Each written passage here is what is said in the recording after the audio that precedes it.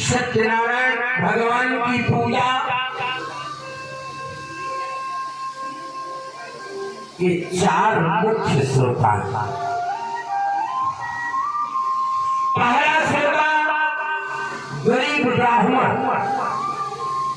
उस गरीब ब्राह्मण को का पूर्व जन्म में सतानंद नाम था। क्या नाम था? सतानंद। वही सतानंद बूढ़े बाबा के रूप में भगवान का दर्शन तो किया, लेकिन पहचान नहीं पाया कि ये भगवान।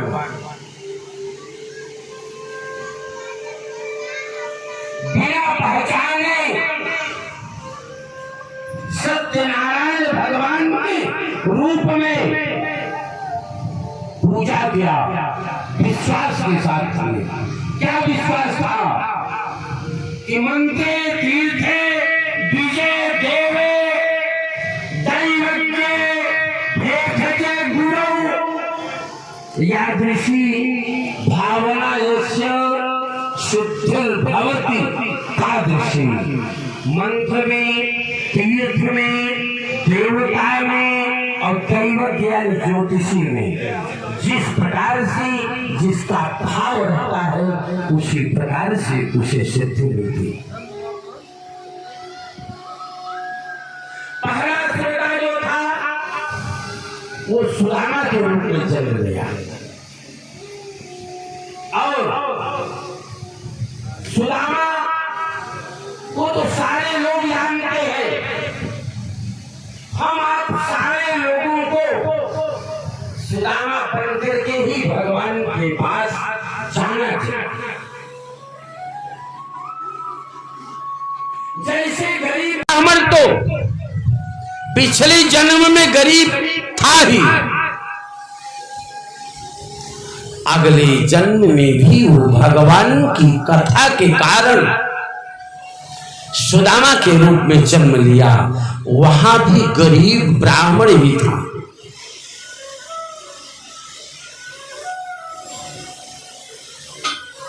उसके साथ मित्रों की श्रेणी में भगवान के रूप में श्री कृष्ण थे, लेकिन श्री कृष्ण को पहचान नहीं पाया कि ये भगवान है। यहां तक कि श्री कृष्ण के साथ में शिक्षा भी ग्रहण किया था। सांदीपनी के यहां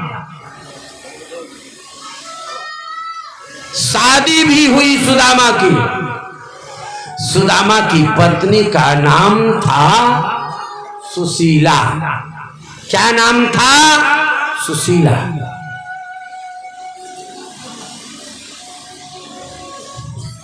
वह सुशीला बहुत धर्मनिष्ठ थी और बहुत ही कर्मनिष्ठ भी थी। सुशीला जैसी पत्नी सबको मिलनी चाहिए।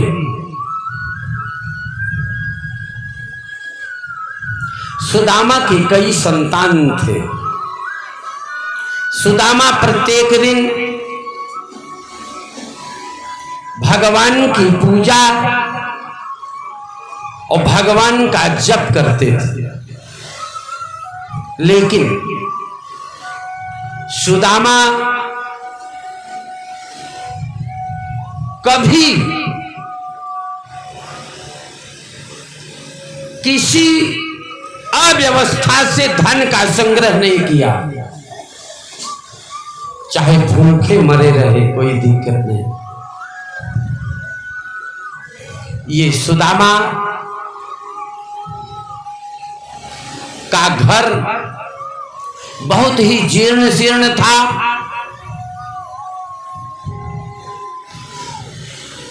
सुदामा जब द्वारिका के राजा बने तो एक बार सुदामा ने अपनी पत्नी से चर्चा किया कि मेरा मित्र है, द्वारिका का राजा है,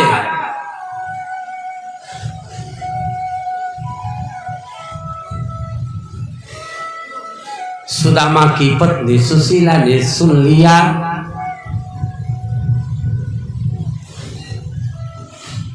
कुछ दिनों बाद ऐसा समय आया कि हफ्तों पानी पी करके काम किया। पड़ोसी अच्छे थे, छोटे छोटे बच्चों को कुछ न कुछ खाने पीने के लिए दे देते थे।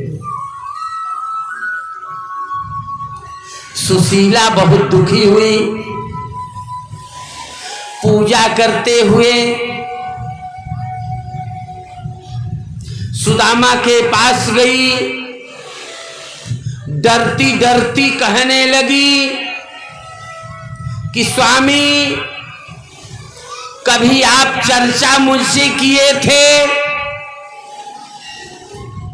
कि मेरा मित्र द्वारिका का राजा है,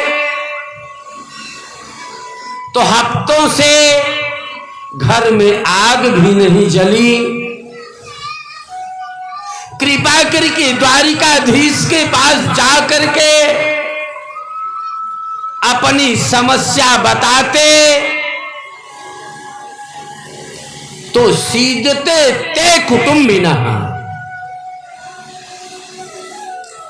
कुछ आपको दे देते और कुछ दिन तो परिवार का गुजारा हो जाता। धर्मपत्नी की बात तो सुन लिया सुदामा ने,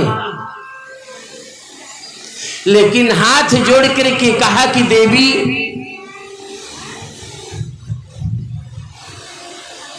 भगवान से, द्वारिकाधीश से मांगने के लिए मैं नहीं जाऊंगा। अगर हम द्वारिकाधीश से मांगने के लिए जाएंगे तो द्वारिकाधीश आज नहीं तो कल किसी से जरूर कहेंगे कि सुदामा मेरे यहां मांगने के लिए आया है। मांगो उसी से जो दे दे खुशी से और कहे ना किसी से।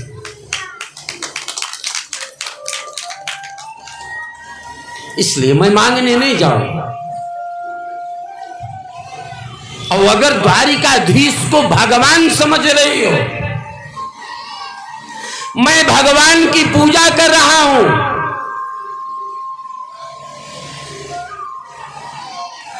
यदि द्वारिकाधीश से मैं मांगूंगा तो मजदूर बन जाऊंगा। और मांगने की एक सीमा निश्चित होती है।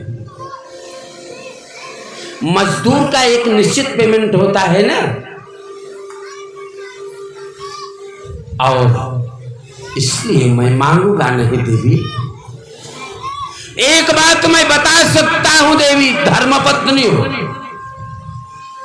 अगर दर्शन करने की बात कहो कि द्वारिकाधीश का दर्शन कर आओ, तो मैं दर्शन करने के लिए, जाने के लिए आज भी तैयार हूं, लेकिन मांगने के लिए नहीं तैयार हूं। धर्मपत्नी को समझ में बात आ गई कि भगवान को क्या बताना है कि मेरे यहां हफ्तों आग जली कि नहीं जली। भगवान को क्या बताना है कि मैं गरीबों की अमीर हूं। तो ये जाने के लिए अगर तैयार होंगे तो प्रार्थना किया कि मैं मांगने के लिए नहीं कह रही हूं, आप उनका दर्शन तो करने के लिए जाइए। तो द्वारिकाधीश के दर्शन के लिए तो तैयार हो गए, लेकिन उन्होंने ये कहा कि देखो सुशीला, हम नियम के विपरीत कोई काम नहीं करेंगे। शास्त्र ये कहता है कि रिक्त हस्ताम न गच्छेत राजानम देवताम गुरुम। खाली हाथ राजा के पास नहीं जाना चाहिए। द्वारिकाधीश तो मेरा मित्र जरूर है, लेकिन इस समय द्वारिका का राजा है, इसलिए खाली हाथ नहीं जाना होगा। अगर उन्हें कुछ भेंट देने की वस्तु देती हो तब मैं जा सकता हूं।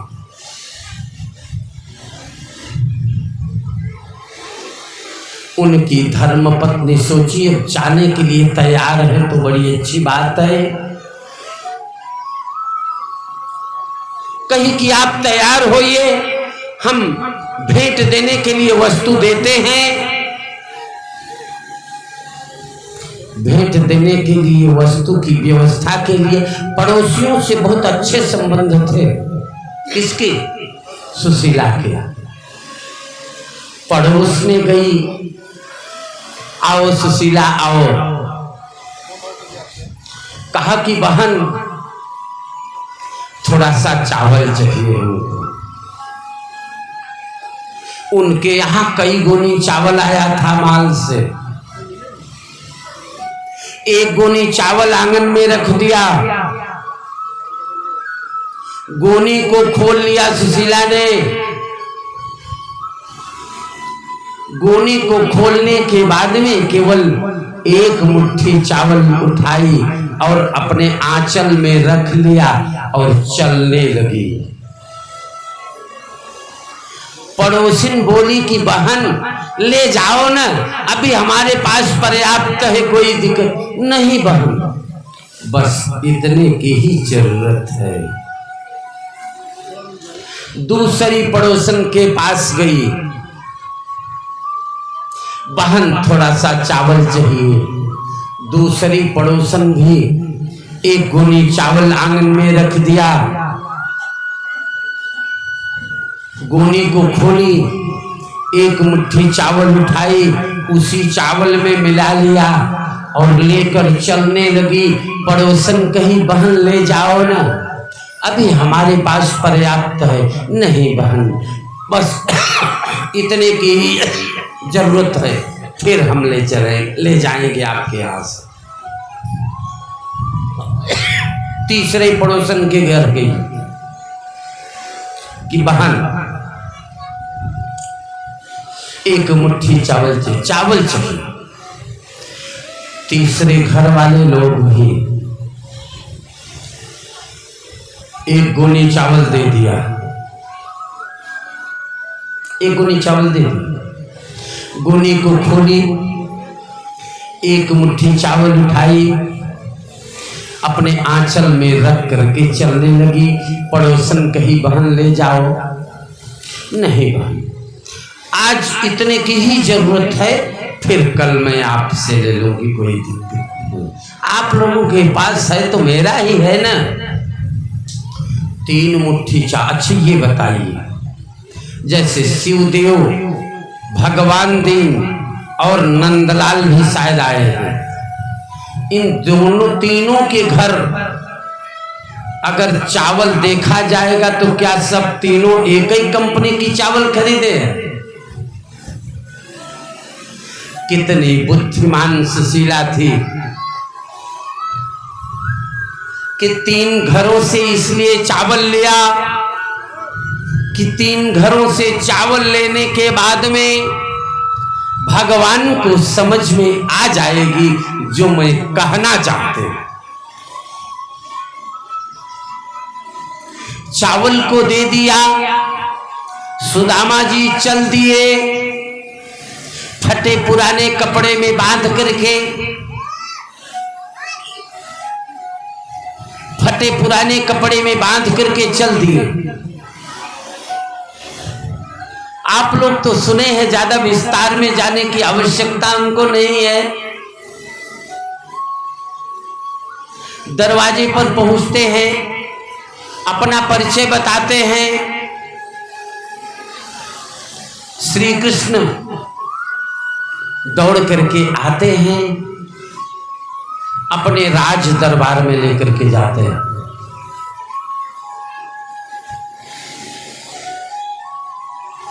ब्राह्मण के अंदर इतनी ताकत होती है। सुदामा ब्राह्मण थे ना, सुदामा ब्राह्मण का पैर द्वारिकाधीश परात में रख करके धोने लगे।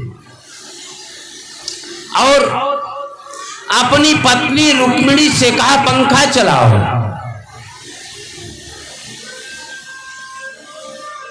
अब पंखा चलाने वाला व्यक्ति पीछे रहता है ना, और पैर धोने वाला व्यक्ति सामने रहता है। तो पीछे से रुक्मिणी संकेत में पूछती है कृष्ण से कि ये है कौन? कि मनेन कृतम पुण्यम अवधूतेन विष्णुना। ये कौन है कि साक्षात विष्णु के रूप में श्री कृष्ण पैर धो रहे हैं और साक्षात लक्ष्मी पैर पंखा चला रही है। इनका परिचय क्या है?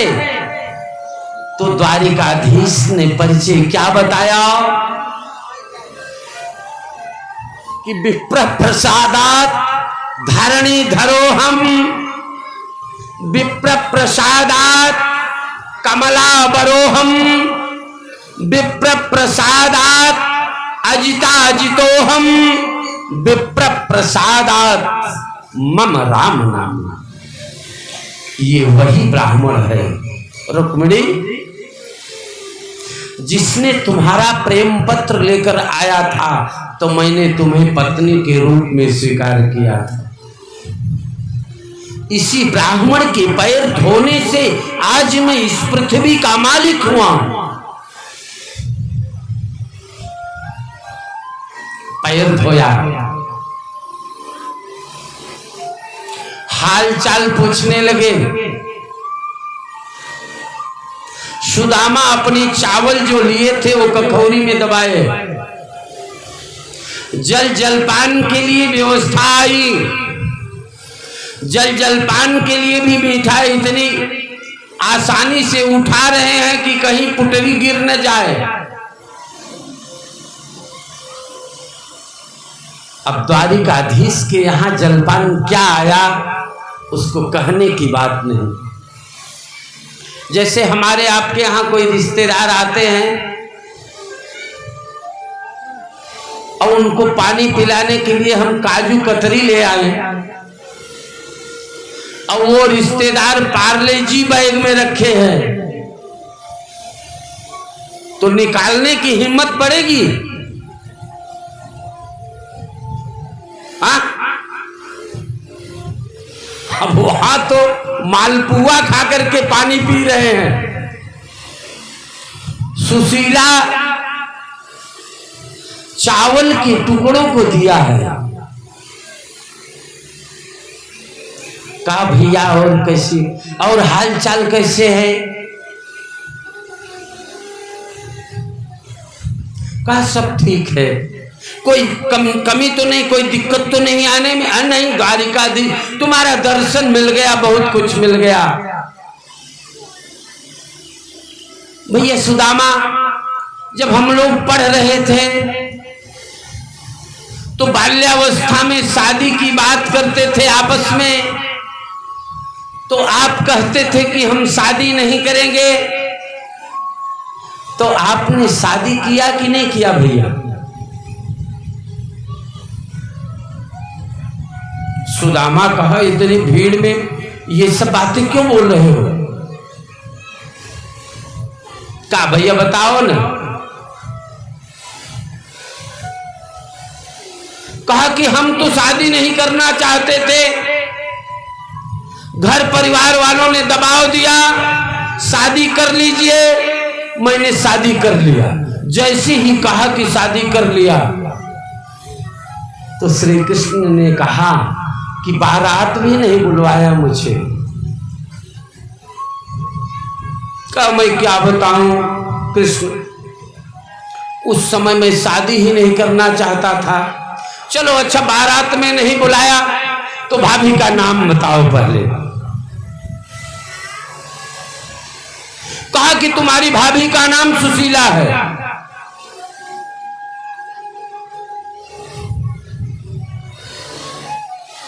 सुदामा ने कहा कि अच्छा, मैं मेरे शादी की बात तो तूने पूछ लिया,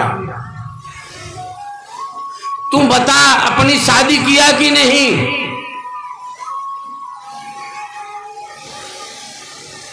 द्वारिकाधीश ने अपने पत्नियों को संकेत दिया, सब आकर के प्रणाम करो। मैं रुक्मिणी प्रणाम करती हूं। कहा ये मेरी पत्नी है। कहा ये आपकी पत्नी है? कहा हाँ। मैं रुक्मिणी प्रणाम करती हूं। द्वारिकाधीश के सामने सुदामा ने कहा अखंड सौभाग्यवती भव। मैं कालिंदी प्रणाम करती हूं, अखंड सौभाग्यवती भव। मैं जाम्बवती प्रणाम करती हूं, अखंड सौभाग्यवती भव। लाइन लग गया पत्नियों का। सुदामा ने कहा मैंने एक शादी किया नहीं बुलाया, और तुम्हारी इतनी पत्नियां हैं, तुमने इतनी शादी किया फिर भी मुझे नहीं बुलाया, मुझे उलाहना दे रहा है। कहा भैया आपकी शादी तो पहले बरच्छा हुई होगी, सगाई हुई हो गई और तब बारात गई होगी। हमारी शादी तो डायरेक्ट बारात ही जाती थी। अब किसको बुलाऊं किसको ना बुलाऊं? अच्छा ठीक है। सब पत्नी क्रमबद्ध तरीके से आकर के प्रणाम करने लगी।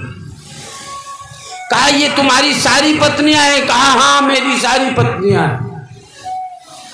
कहा कि देखो द्वारिकाधीश, सारी पत्नियों को अगर मैं आशीर्वाद देने लगूंगा तो मैं कमजोर ब्राह्मण हूं, थक जाऊंगा, बीमार हो जाऊंगा। ऐसा कर कि सारे पत्नियों की तरफ से तू ही प्रणाम कर ले, हम सबके लिए आशीर्वाद देते हैं। ब्राह्मण के अंदर इतनी सामर्थ्य होती है कि द्वारिकाधीश को भी आशीर्वाद देने की सामर्थ्य ब्राह्मण के अंदर होती है। सब पत्नियों के लिए द्वारिकाधीश ने प्रणाम किया, सबको अखंड सौभाग्यवती रहने का आशीर्वाद दिया। कहा कि भैया भाभी का नाम तो आपने सुशीला बताया, आते वक्त भाभी से आपने चर्चा किया होगा, तो मेरी भाभी ने आपको मेरे लिए क्या दिया है? अब वो पार्ले जी जैसी पुटकी निकले कैसे? संकोच कर रहा था कौन? सुदामा। तो द्वारिकाधीश ने क्या कहा जानते हैं? कि पात्रम पुष्पम फलम तोयम यो मे भक्त्या प्रयच्छति तदहम उपहृतम असनामि प्रयतात्मनः। ऐ मित्र सुदामा, मेरी भाभी ने मेरे लिए एक पत्ती अगर दे दिया है तो भी बहुत है। मेरी भाभी ने मेरे लिए जो भी वस्तु दिया है कृपा करके मुझे दे दीजिए।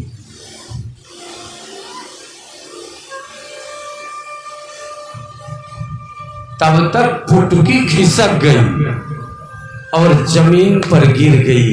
जैसे ही जमीन पर गिर गई, क्या यही भाभी ने मेरे लिए भेजा है?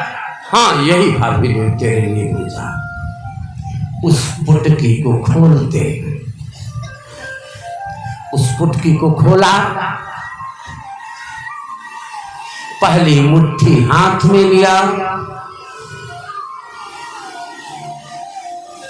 तो दिखाई दिया कि ये चावल अपने घर के नहीं हैं, पड़ोसियों से लेकर के दिया गया। मन ही मन सुदामा वहीं बैठे थे, मन ही मन विश्वकर्मा को बुलाया। विश्वकर्मा से कहा जैसे द्वारिकापुरी बनी है उसी प्रकार से सुदामापुरी जाकर के बनवाओ।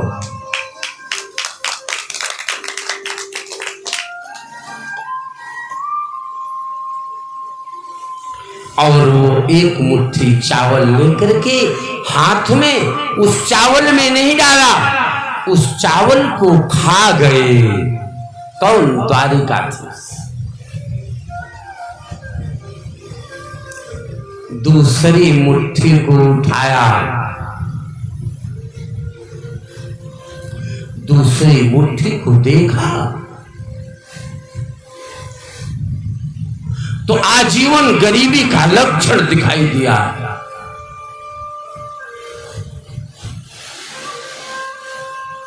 और फिर भी भगवान से न मांगने की भी बात दिखाई दी। द्वारिकाधीश ने कहा, एक राजा को जो सुख मिलता है वह सुख, एक राजा को जो धन संपत्ति मिलता है वह धन संपत्ति सुदामा को उपलब्ध। दूसरी मुट्ठी का भी खा लिया। तीसरी मुट्ठी खाने के लिए चले तो अकेले रुक्मिणी बची थी, लक्ष्मी। रुक्मिणी ने कहा, स्वामी इतना कच्चा चावल मत खाइए, नुकसान कर देगा। धर्मपत्नी ने हाथ पकड़ लिया, कहा कि ठीक है, जब तुम कहती हो कि नुकसान कर देगा तो तुम्हारा भी बात मानना अच्छी बात है। धर्मपत्नी की बात मानना बहुत आवश्यक होता है, इसलिए नहीं खाई। विश्वकर्मा पहुंच गए, सुशीला के पास पहुंचे कि मैं सुदामापुरी बनाना चाहता हूं, 5 मिनट में आप लोगों को फ्री करेंगे। मैं सुदामापुरी बनाना चाहता हूं। विश्वकर्मा, सुशीला की पत्नी, सुशीला को देखो, सुशीला पहली मुट्ठी चावल जिसके यहां से ले गई थी उसके घर विश्वकर्मा को ले गई कि इनका मकान बना दो। दूसरी मुट्ठी चावल जिसके घर से ले गई उसका मकान बनवा दिया। तीसरी मुट्ठी चावल जिसके घर से ले गई उनका मकान बनवा दिया। और तीनों को मिलाकर के जो स्वयं दी थी द्वारिकाधीश को, कहा कि ये मेरी कुटिया भी बनवा दीजिए।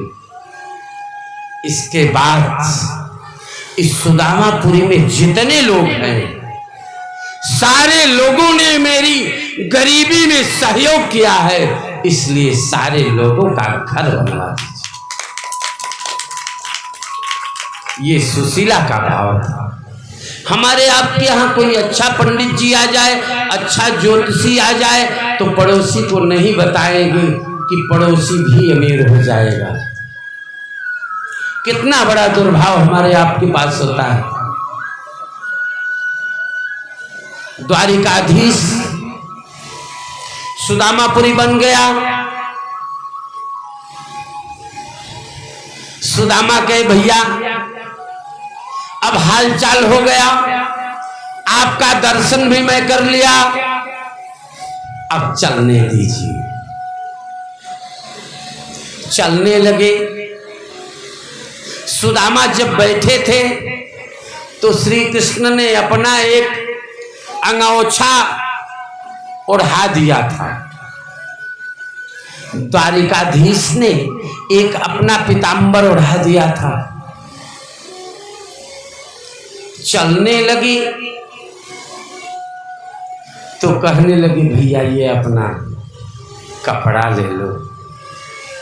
अरे भैया हमारे पास तो नहीं, मैं केवल दर्शन चाहता था आपका, मुझे दर्शन मिल गया, मुझे कपड़े वपड़े की जरूरत नहीं है, हमारे पास भगवान ने बहुत कुछ दिया है।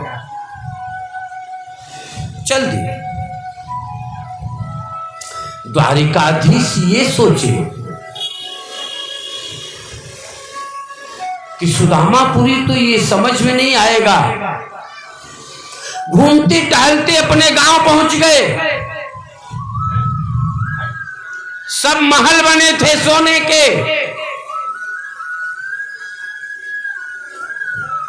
महलों को देख करके ये चकित हो गए। पूछे भैया सुदामा का घर कहां है? लोगों ने कहा यही तो सुदामा का घर है। उन्होंने कहा यहां तो एक झोपड़ा मेरा था। सोचा कि सुदामा नाम के अनेक लोग होंगे।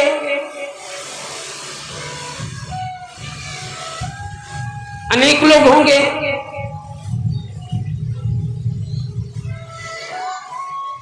आश्चर्य में पड़ा। फिर कहा कि सुदामा जी गए कहां हैं? लोगों ने कहा वो तो द्वारिकाधीश से मिलने गए।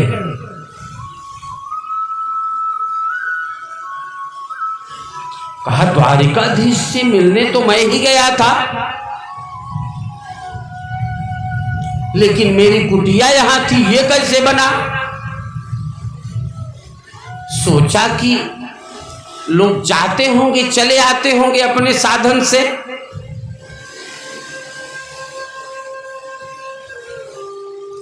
कहा अच्छा सुदामा की धर्म पत्नी है।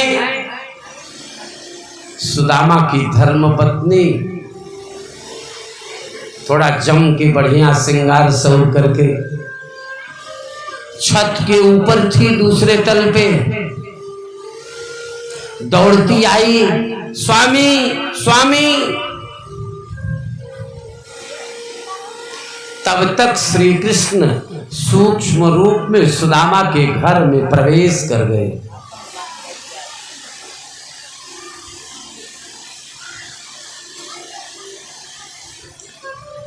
सुदामा ने कहा ये सब कैसे?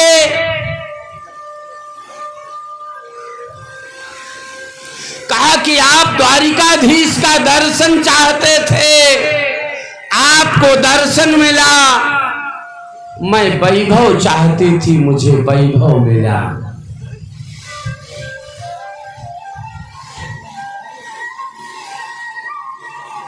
सुदामा ने कहा तो इस महल में रहो, मैं तो यहीं एक छोटी सी कुटिया बना करके रहूंगा। उस महल से बाहर निकलने लगे, तब तक द्वारिकाधीश ने आवाज दिया कि सुदामा सुदामा सुदामा। पीछे मुड़ करके देखते हैं तो सुदामा के महल से द्वारिकाधीश निकलते हैं। द्वारिकाधीश ने कहा कि मित्र, तन पवित्र सेवा कियो, मन पवित्र हरिनाम, धन पवित्र तू दान कियो, हो त्रिविध कल्याण। आपके पास तो तन दिया है, भगवान की सेवा करते हैं, मन दिया है तो जीवन भर भगवान का नाम लिया आपने, और अभी तक आपके पास धन नहीं था दान करने के लिए, इसलिए धन मिल गया है, दान करके अपना जीवन धन्य बनाओ। बोलिए सत्यनारायण भगवान की, यज्ञ नारायण भगवान की। इसी पर 5वें अध्याय की कथा और आज की सारी प्रक्रिया समाप्त की जाती है।